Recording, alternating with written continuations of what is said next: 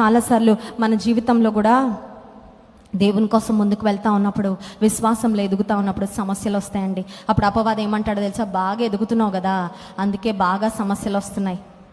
ఎక్కువ ప్రేయర్ చేస్తున్నావు కదా, అందుకే ఎక్కువ శోధనలు వస్తున్నాయి. ఒక మాట చెప్పమంటారా?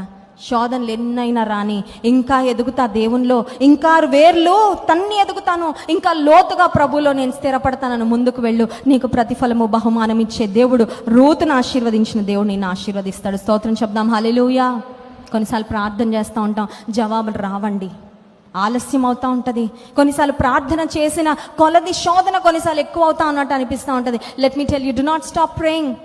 నిలదొక్కుని నిలబడు. ఇంకా ప్రార్థిస్తా, ఇంకా ప్రార్థిస్తా, ఇంకా ప్రార్థిస్తా, విసుగక ప్రార్థిస్తా, మెలకువగలిగి ప్రార్థిస్తా, జవాబు వచ్చే వరకు ప్రార్థిస్తా, నన్ను దేవుడు కరుణించే వరకు ప్రార్థిస్తా, ఆయన కన్ను దృష్టి నా మీద పడేదాకా మొరపెట్టుకుంటానని మొరపెడతానే ఉండు.